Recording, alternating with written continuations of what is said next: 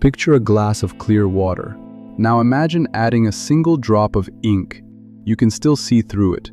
Add 10 more, and the water starts to cloud. Add 50, and you can't see anything at all.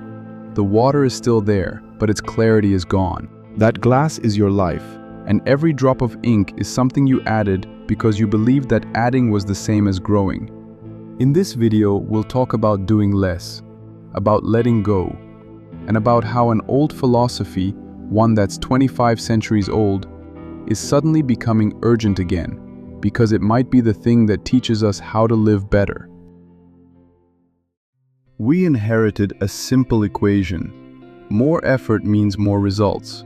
More results mean more meaning. And from the very first day of school, we learned to live by it. Gold stars, grades, degrees. Then work took over with the same logic. Add skills, add titles, add responsibilities, and one day you'll finally arrive somewhere that feels like enough. Even rest got swallowed by it. Add a morning routine, add a meditation habit, add another book to the pile. The whole architecture of modern life whispers the same thing. If you're not adding, you're falling behind.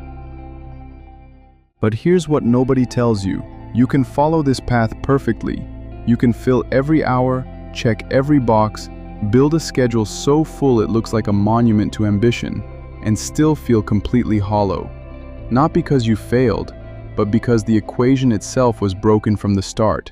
And there's a reason this feels worse today than it ever has before. We live in a world where nothing is meant to be permanent anymore. Jobs, relationships, identities, beliefs, everything stays temporary, always ready to be swapped for a better version. Nothing is asked to last. So instead of building one solid thing, we collect fragments. A piece of this, a taste of that, 100 half-open doors we never walk through, because closing one would mean giving up all the others. And that's the quiet trap. When everything stays an option, nothing ever becomes real. You end up full of pieces, and somehow still empty. Because a life made of fragments never adds up to something you can actually stand on. And strangely, the oldest answer we have to this comes from a man who lived 25 centuries before our endless options ever existed. His name was Lao Tzu, and he wrote one line that still cuts straight through. In the pursuit of learning, every day something is acquired. In the pursuit of Tao, every day something is dropped. Most of us have spent our entire lives on the first half of that sentence, adding, acquiring, filling. So when Lao Tzu talks about dropping something every day, it sounds almost irresponsible. But he isn't offering a productivity hack. He's pointing at something far more uncomfortable. Because here's the thing we don't like to admit. The things we accumulate aren't random. We add what makes us feel safe. And the logic underneath runs deeper than we think. Being busy feels productive. Being productive feels valuable. And being valuable feels worthy of love. That's the real engine underneath it all. The full agenda isn't really about the tasks. It's armor. It's protection against a question most of us would do anything to avoid. Who are you when you're not doing anything? So that emptiness that keeps breaking through your packed schedule, that quiet restlessness you feel the moment you finally stop, that isn't a malfunction. That's yourself asking to breathe.